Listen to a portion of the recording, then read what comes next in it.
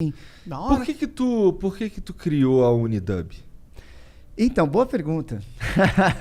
Porque tu estava trabalhando antes. O dublador, ele é necessariamente um freelancer? Sim, É? todo mundo é freela.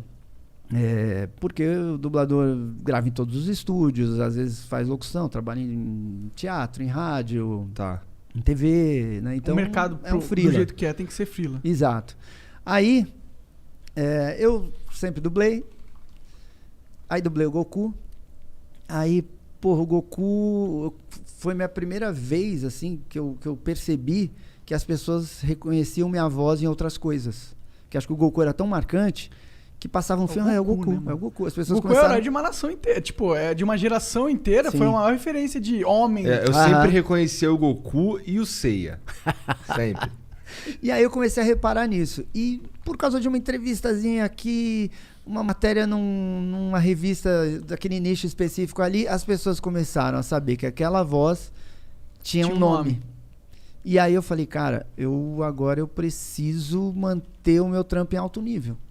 Não dá pra de vez em quando eu Fazer um fazer um saca? teste. Vamos ver se esse personagem vinga. E não vinga. Não, entra lá, faz o teste e vai embora. Ou grava mais ou menos um filme, você tá cansado, você tá não sei o quê. Entendi. Fazer mais ou menos, ninguém sabe que eu sou, hoje eu tô cansado, esse filme é uma porcaria. Não, eu tive que manter o meu trabalho em alto nível em tudo. Então foi legal porque o Goku me transformou num profissional melhor. Foi o seu primeiro hit grandão? Acho que foi. Isso foi quando? 99, eu acho, por aí. Pode crer. Aí beleza. Então eu me tornei um dublador, um profissional melhor. Aí quando eu virei diretor, eu passei a ter um nível de exigência que eu tinha comigo mesmo dublando, então me tornei um bom diretor. E aí me tornei coordenador artístico da Alamo. Alamo. Versão brasileira, Alamo. Que da hora, né? Você tem história nesses lugares Sim, aí, né, pô, mano? demais, Tu trabalhou cara, na legal Herbert Richards também? Uma vez, Ah, uma que vez. da hora, que Porque da a hora. Herbert era no Rio, né? Aham. Mas é legal essa história, me lembro de contar. Tá. Aí,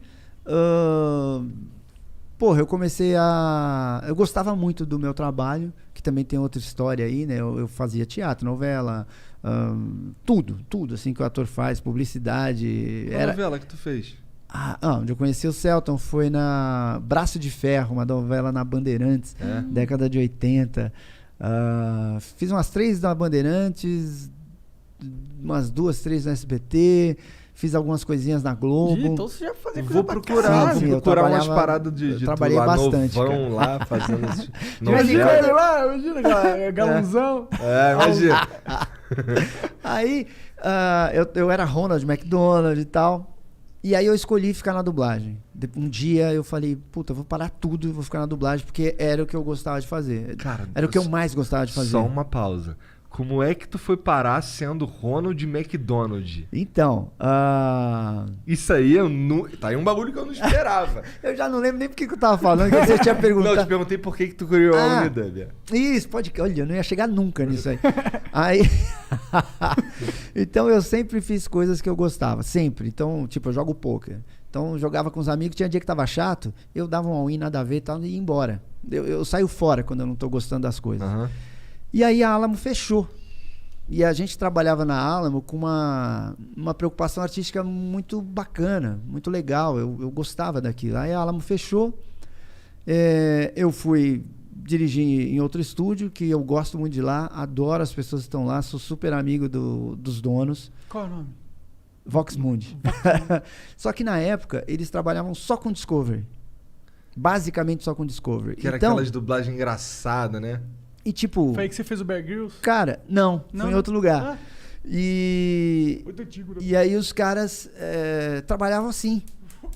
E quando eu fui pra lá, como a Alamo fechou, parte do trabalho da Alamo migrou pra lá e eu fui dirigindo essas coisas.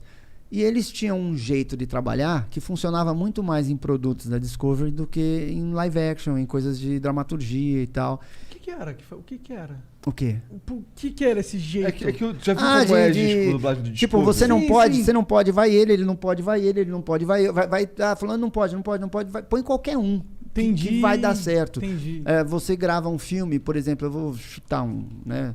Você grava um filme no ritmo de gravação, tem um negócio que a gente chama de anéis, e lá no Rio chama de loop. você grava 25 loops por hora. Lá os caras gravavam 40. Ou seja, Paulado, loucura, Passou, gravou, Vai. valeu, seguiu. Passou, gravou, valeu, seguiu. E, cara, pra eu dirigir as coisas que eu dirigia, filmes e tal, não dava pra ser nesse ritmo. E aí eu comecei a me incomodar, comecei a tretar um pouquinho e tal. E a Vox é um puta lugar legal. É um puta estúdio profissional. Os donos, porra, tem uma sensibilidade, assim, saca? Porra, bem legal. Mas eu falei, mas não encaixou. E aí eu falei assim, cara, se eu não tô feliz aqui, que é um lugar bacana, onde que eu vou trabalhar do jeito que eu quero? Entendi. Porque eu já não concordava muito com a dinâmica dos estúdios, né? Falei, cara, onde que eu vou trabalhar? Aí fiz uma loucura, falei, vou abrir um estúdio. Por que loucura? Do nada. Parece legal pra caralho. Ah, cara, porque eu tinha uma segurança ali que eu ganhava X mil por mês, todo mês, ia pra casa, acabou. Né? Hoje não, eu trabalho Depende agora. o tempo inteiro, todo agora Hoje dia. você tá cagando, tá no Domingo. celular trabalhando. Exato. Sim. E outra, você tem que comprar equipamento, você passa a ter funcionário. Eu não sabia fazer orçamento, eu não sabia quanto que os caras cobravam. Então, é uma loucura. Hoje, que a minha empresa é bem grande... Isso foi quantos anos atrás? Você isso descobriu? faz uns 10 anos. Ah, caralho, tem tempo pra caralho já. Na verdade, é que 10 anos não foi outra coisa, deve fazer uns 7, 8. Mas eu Tempo pra considero, mas eu considero que a minha empresa tem 3 anos. Porque houve uma mudança societária e tal, não sei o quê. E aí eu cuidava muito da parte artística. Hoje eu cuido da empresa como um todo, assim, exato. Então foi uma loucura você largar a certeza da grana e da comodidade por arriscar pegar o dinheiro que você tem e comprar equipamento, alugar uma casa, mas montar a vida estúdio. não é isso, cara. A vida é isso, pô. Então foi isso, entendeu? Eu falei, porra, eu quero trabalhar num lugar que seja do jeito que eu goste. E como eu não via essa perspectiva, eu falei... Vou fazer o meu.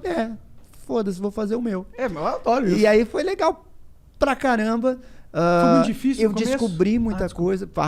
Até hoje é difícil pra caramba. Não, imagino, mas no começo deve ter sido assim. Então, engraçado, no começo eu não tinha essa consciência, eu tava tão voltado a fazer o trabalho do jeito que eu achava, que no começo, puta, era divertidíssimo, eu tava muito feliz, não entrava muito dinheiro e tal, mas tudo que eu fazia de um jeito assim, saca? Caralho, era isso que eu queria estar fazendo mesmo, acertei. Exatamente, do tipo fazer uma loucura. O Fábio Lucindo dublava o Zac Efron.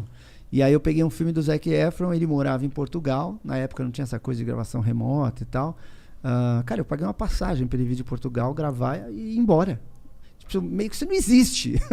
Mas assim, eu paguei, o filme vai sobrar quanto? Vai sobrar 8 mil? Quanto que é a passagem? 6? Dá para pagar? Foda-se.